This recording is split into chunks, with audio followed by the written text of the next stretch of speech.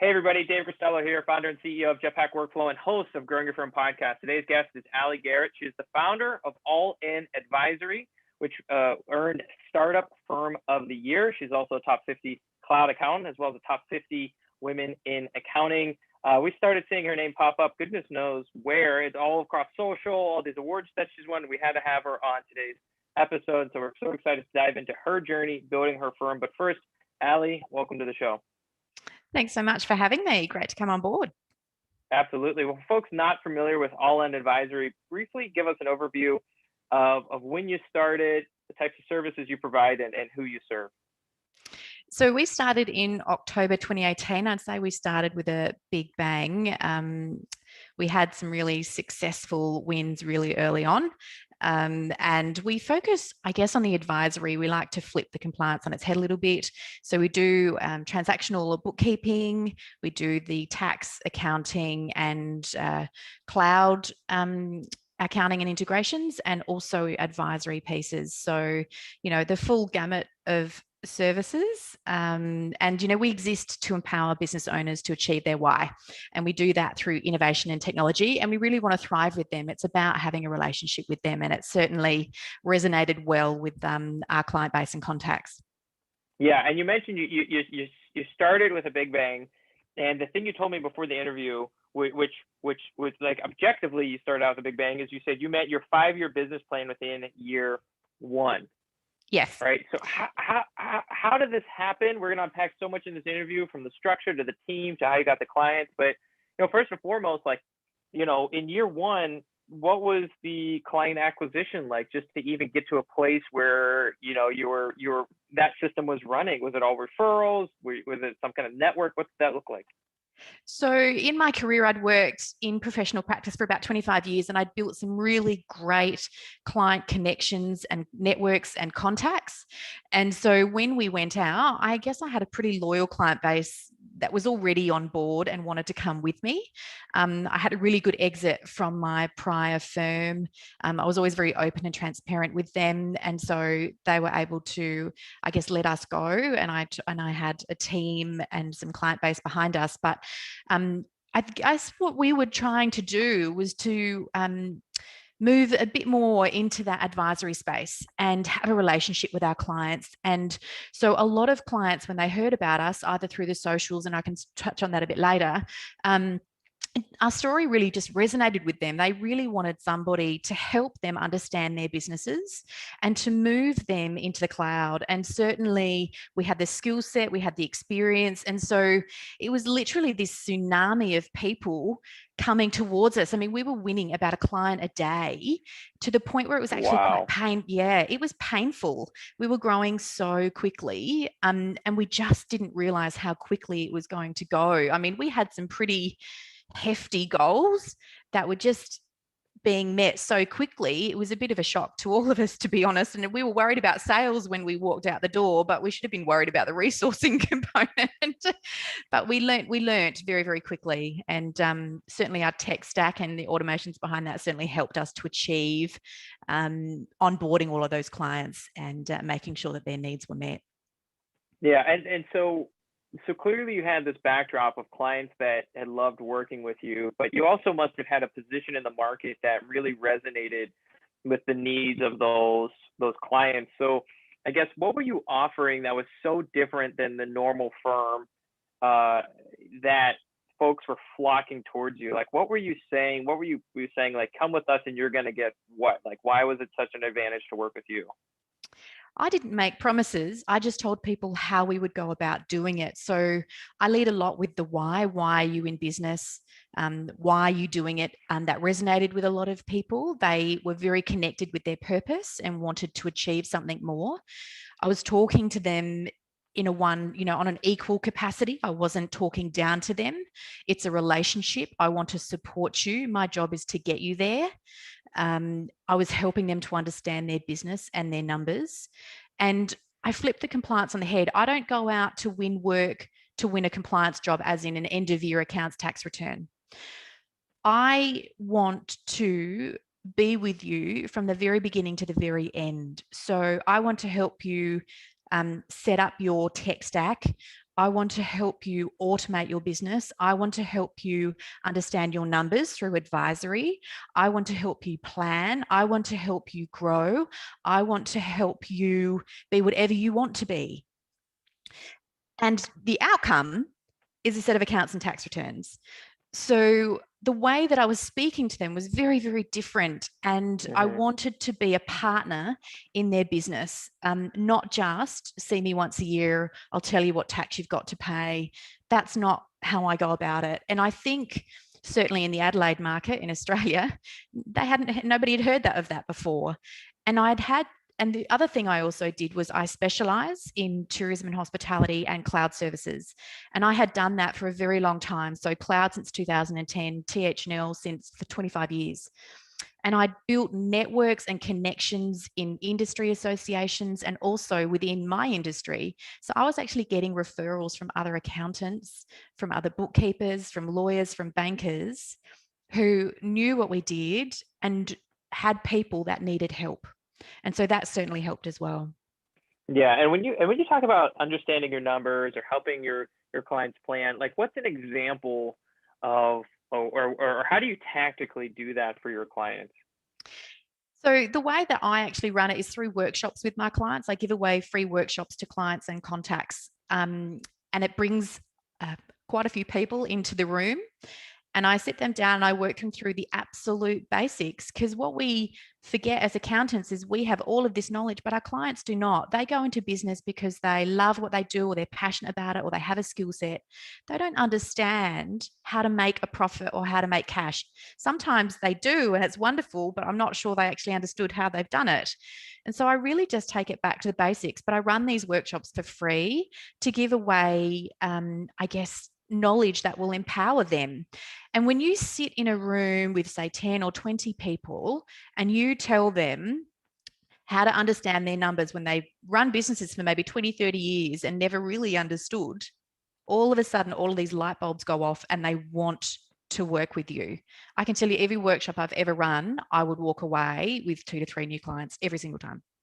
What's the most surprising light bulb moment that you feel like is a very common thing? You're like, I never would have thought that would have been a light bulb moment for the audience, but it's like pretty consistent. Is it breaking down? Yeah, the most common thing, is that profit doesn't equal cash, right? So actually tracking them through their profit and loss balance sheet and cash flow and actually how they all interlink. Sometimes it's a shock for people to realize they have a balance sheet. And they don't, this common question of you're telling me that I've got tax to pay, but I don't have the money. Actually teaching them why and where that cash is a light bulb moment for them. And it's something that we just assume that they know, they don't. And how are you getting the 10 or 20 people into that room? Is that through your network and referrals as well?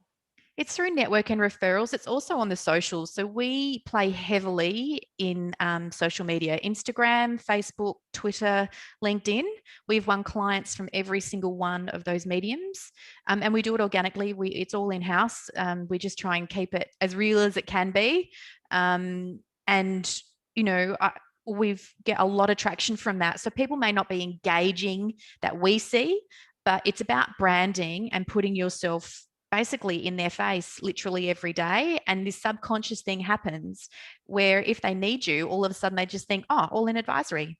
And then they make contact. So look, it certainly helped us from a social point of view, and also those contacts and referrals, definitely. And also, you mentioned that we had a few awards. Other people are doing our branding for us. If you win an award, it's amazing how much traction that can get, how much credibility that can build. That was actually a strategy for us when we started out to actually put in for some awards and see how it went. And we were incredibly lucky to have won a few, which helped to build that brand, helped to build that credibility. Yeah, and you mentioned your network, but I think a lot of folks listening, they probably don't realize they have a really big network already that they're not communicating with or interacting with. But then B, what practically have you done to, for lack of a better word, work your network? Like, how are you maximizing the great reputation you have and the relationships you've built in a very thoughtful way? Are you sending one-to-one messages to remind people? Are you connecting with them often? What does that look like? There's actually a couple of ways I do it. I worked at a firm called Deloitte, a little while ago, and I learned an enormous amount around branding and marketing for you as an individual, which I guess for most accountants, you don't actually think of yourself as a brand. But when I actually came to realize that's what it was, I had this light bulb moment myself.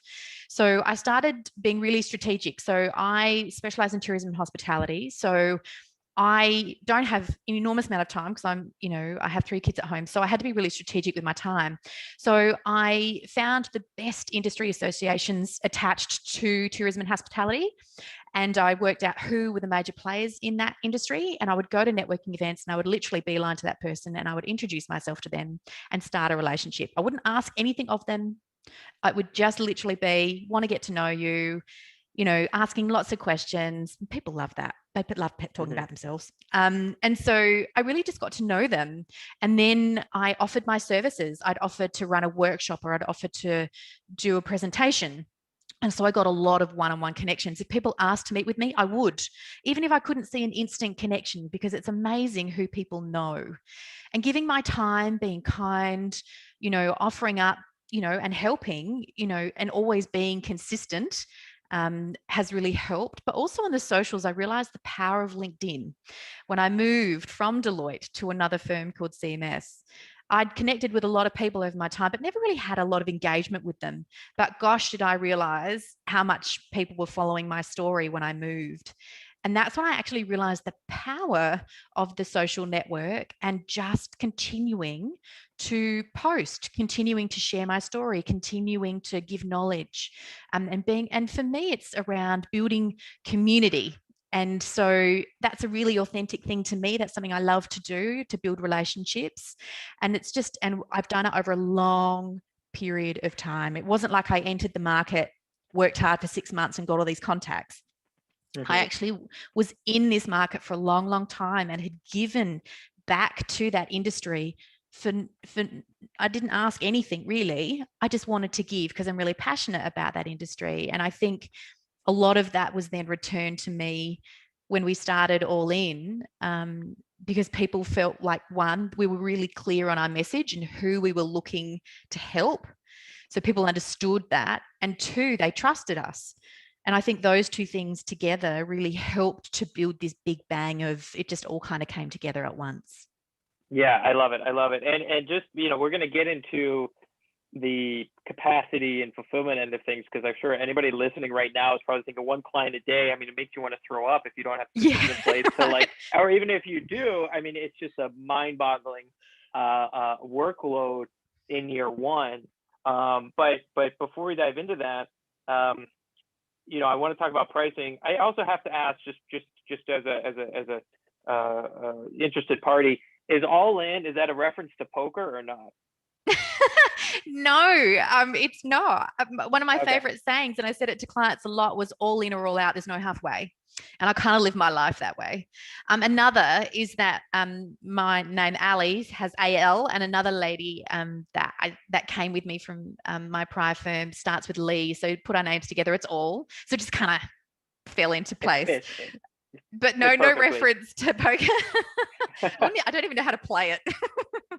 Yeah, hey, fair enough. I had to ask. But so, with this modern firm, what is your approach to pricing? What are you selling packaged services? And when you started at year 1, what was the average client like paying you for a year, if you're or a range, whatever you're comfortable giving? Yep. Okay. So because I had some clients that had come with me, and they were quite large. So, some of those fee bases were 50 and above. So I'll talk about, I guess, the new clients that kind of came on board and how I would price them. Because we were doing advisory packages, I like to fix a fee, but I don't have a particular package.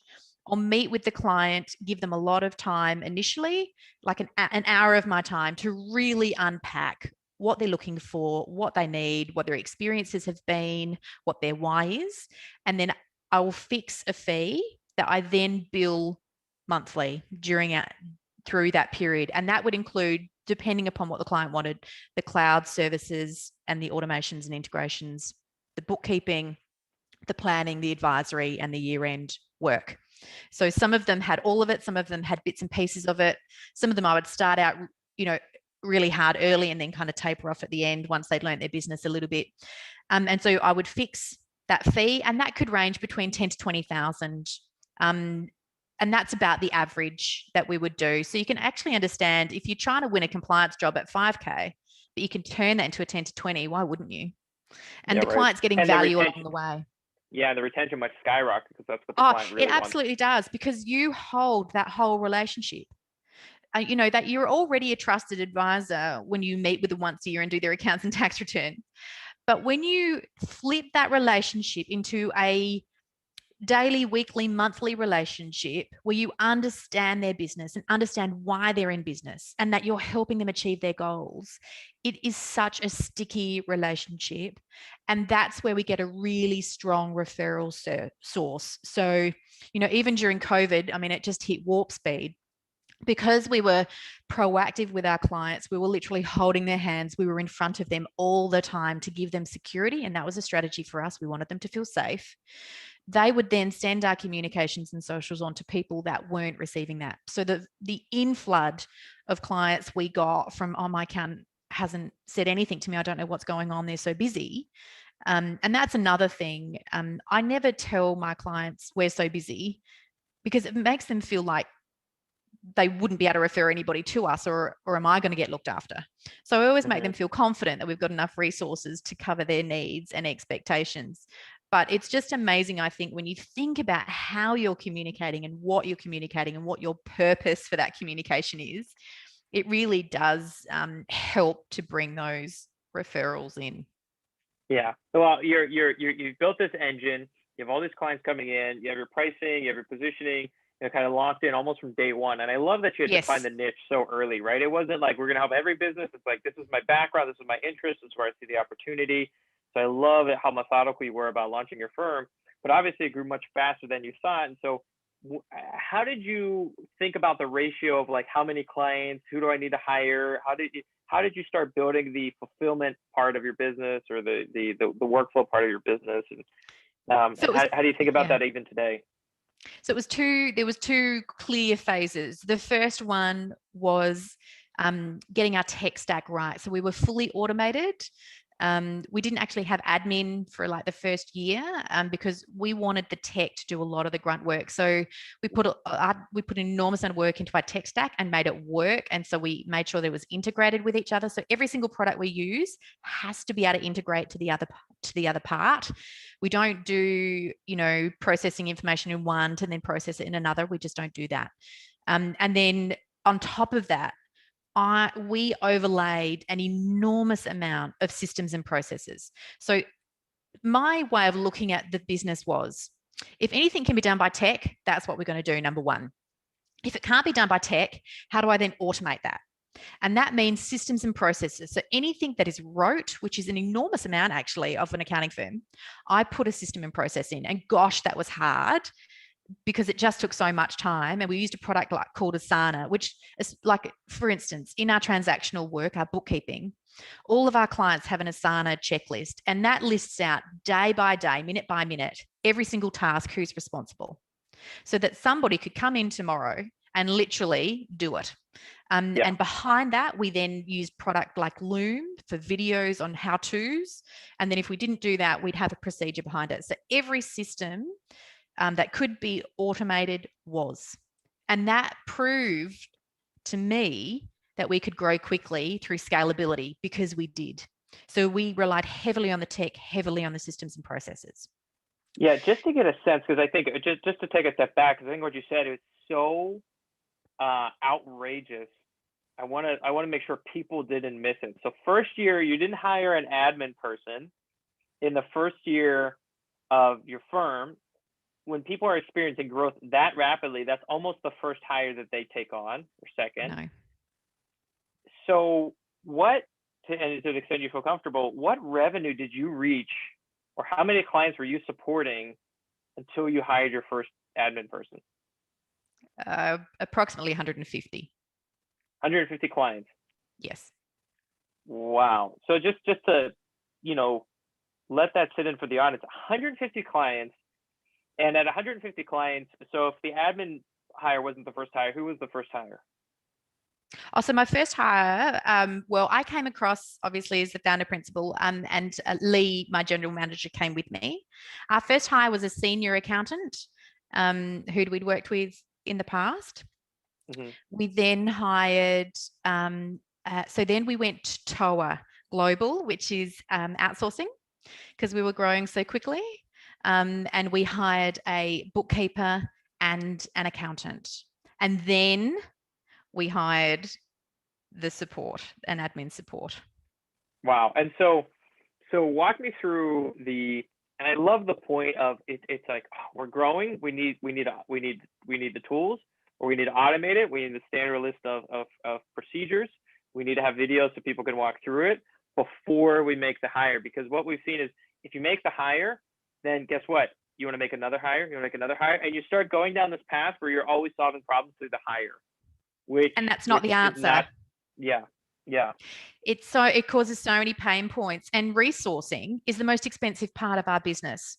So I want to make sure that is being utilized in the best way, and not through, stop gapping, training somebody when it shouldn't really take an hour of somebody's time. It's literally a video that somebody watches for 15 minutes. So anything that we do repetitively or that could be put in a process is where we spend an enormous amount of time. And I'm not joking, it hurt. There was a lot of time spent on that, but gosh, the reward that we get now, it most probably took us a year to get those systems and processes down pat. But now the reward that we're getting from that, it's paid for itself enormously. And you know what? The big thing is I tell my clients to do this on a daily basis. So I'm not going to be the fraud who doesn't do it myself. So everything I ever said to my clients, I had to live that myself. And that was actually one of the reasons we went out on our own. I felt like a fraud because I couldn't get the firms that I worked with to do what I was telling my clients to do. And I didn't want to do that anymore. I wanted to prove that it could be done. And we did. And so for that, I'm grateful. But we needed the support of the tech partners to do that. I couldn't have done this without the tech. We needed support of TOA Global, who were able to resource us quickly and correctly. So all of those things had to come into place. But, I had so many ideas because I'd been in professional practice for so long, and I'd worked in, micro, small, mid, large, big four. I'd seen the full gamut. So I kind of took the best pieces of everything and thought, I'll just do it myself. Thanks. And we'll have to link up because we've interviewed Nick from TOA, but I guess walk us through your current organizational chart, and then including the folks that you've been able to work with at TOA, because their model is they'll give you kind of a one-to-one outsourced bookkeeper, right? And so yeah, I guess we treat them like they're our staff. Yeah, right, perfect. And so, what is your current organizational chart today then? Yep. So there's me, my general manager, who basically I do more the sales and marketing. My GM looks after the operational tech stack, systems and processes, HR type stuff. We have a senior compliance person, and we have a TOA member supporting them. We then have in our transactional the Lee, who kind of heads up the transactional space, managing that. We then have Joe from TOA and half a resource in Chris from TOA. So every Australian team member has a support member in the Philippines. I see. We also have Eliza, who we've put on for payroll. So payroll in Australia is a very complex system. And we punch well above our weight with the types of clients we do all of the back end payroll for. So hundreds of staff. And so we needed someone to specialize. So we brought her on to specialize. And we also have now Helena, who was our admin assistant, who is now moving into that transactional space. And so we've just replaced her with another admin assistant. So we have three. Who reports to you and who reports to the GM, or how does that work? Most report to the GM. I do Yeah. check in and do once every 2 months, I'll check in with my team and do their 12-week plans. But in saying that, I guess we're a flat organization in the sense that everybody can come to me. Like, we have an open floor office. So I'm on the floor with everybody else. I know exactly what's going on. And we have a really informal, I guess, space where everybody kind of knows everyone's business. So the reporting around, if something's from an accounting perspective, it goes to Rhett. If Rhett doesn't know, it goes to Lee. If Lee doesn't know, it goes to me. And from a transactional point of view, same. We go up that list. But the way that I've resourced is this. We have a person on the ground in Australia to help with the relationship and any high level stuff, any advisory work, all the systems and processes and rote processing we get done by the Philippines. And then everything else is the technology. So that's how I've kind of layered my organization. And a big play that TOA talk about, and also I really believe in, is making sure people are doing the right jobs and doing the right things. So even though you can do it, should you be doing it? And making sure that people are doing the right level work. That's been really, really important to us. Yeah. At a high level, when you say 12-week plans, what is that? Oh, so my team basically have a 12-week plan that we run through, and it talks about their why. It talks about, I guess, their key performance indicators, what goals they have over the next 12 weeks. So big goals and then broken down into micro goals. It just helps to keep them, I guess, aligned to our why, and tracking to a goal. And it's not just all business goals. It can be personal goals as well, like running a marathon or, finishing your studies. It could be any of those things, but it's a really great way to have a conversation with a team member.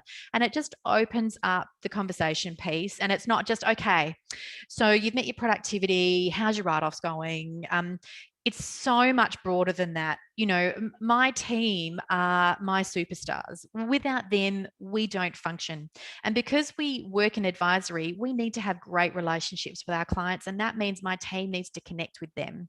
And so I want to make sure on a holistic level that everything is okay and that I'm supporting them across everything. And so those 12-week plans is really more about a determined connection point so that we can actually sit down and talk about how are things going, me investing time into them, and feeling like they've got some value. Yeah, okay. I love it. I love that idea. It's such a big takeaway. There's so many big takeaways today. Before we wrap up, I have to ask, and this in of itself is an entire interview, so maybe we just have to do part 2. I don't know.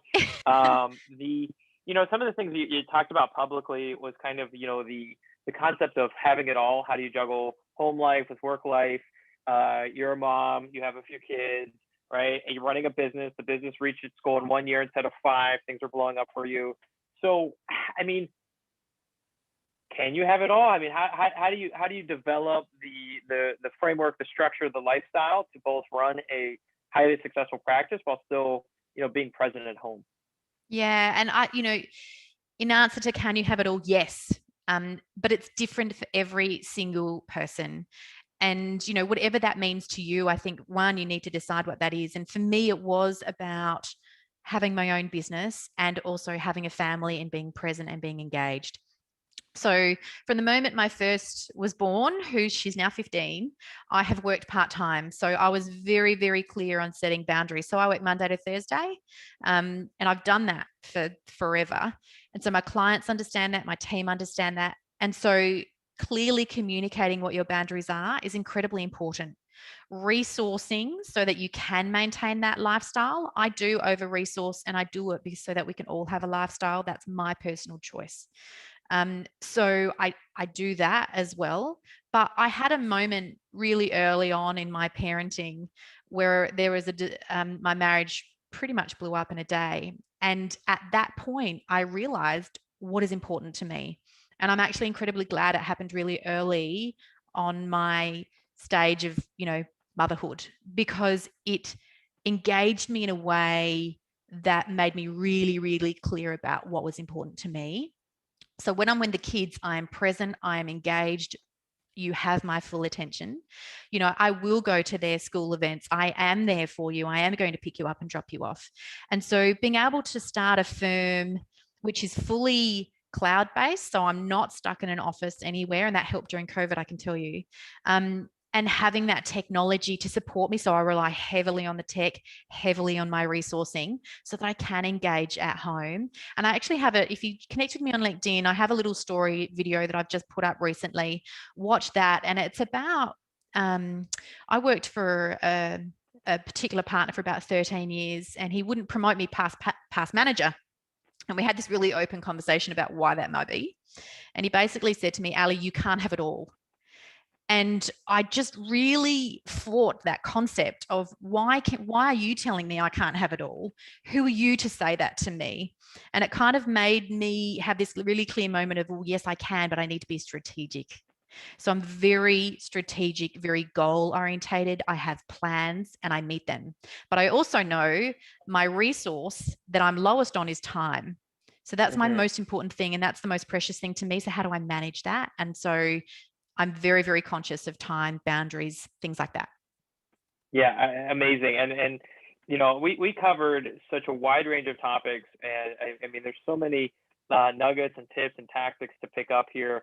But you know, if somebody's listening to this interview and they do want to reach out to you on LinkedIn or learn more about you and your services and everything you put out in the ecosystem, what is the best way for them to connect with you? So All in Advisory is our social tag. Look that up. You'll be able to follow us. Also under, it's either Aly Garrett or Alison Garrett, either one on LinkedIn. I'm more than happy to connect with people personally. So if you send me a connection, I'll definitely connect with you. And yeah, follow us, see the journey. And I'm just one of these people, I love building community. So if you hear the podcast and want to have a bit of a chat, connect with me. I'd love to hear from you. Absolutely. If you're listening right now and you couldn't jot down all the notes, what we're going to do is going to do a full summary of today's interview at jetpackworkflow.com/blog, jetpackworkflow.com/blog. We're going to link up your LinkedIn, your website, maybe a couple other resources you might have mentioned, all on that summary page. I highly encourage everybody listening, if this really resonated with you, reach out to Aly. If this really, really resonated to you, leave a review and share this with a fellow firm owner that might need to hear some of the information we talked about today. Aly, this has been a real treat. Thanks again for coming on. Thanks so much for having me. It's been great. Thank you.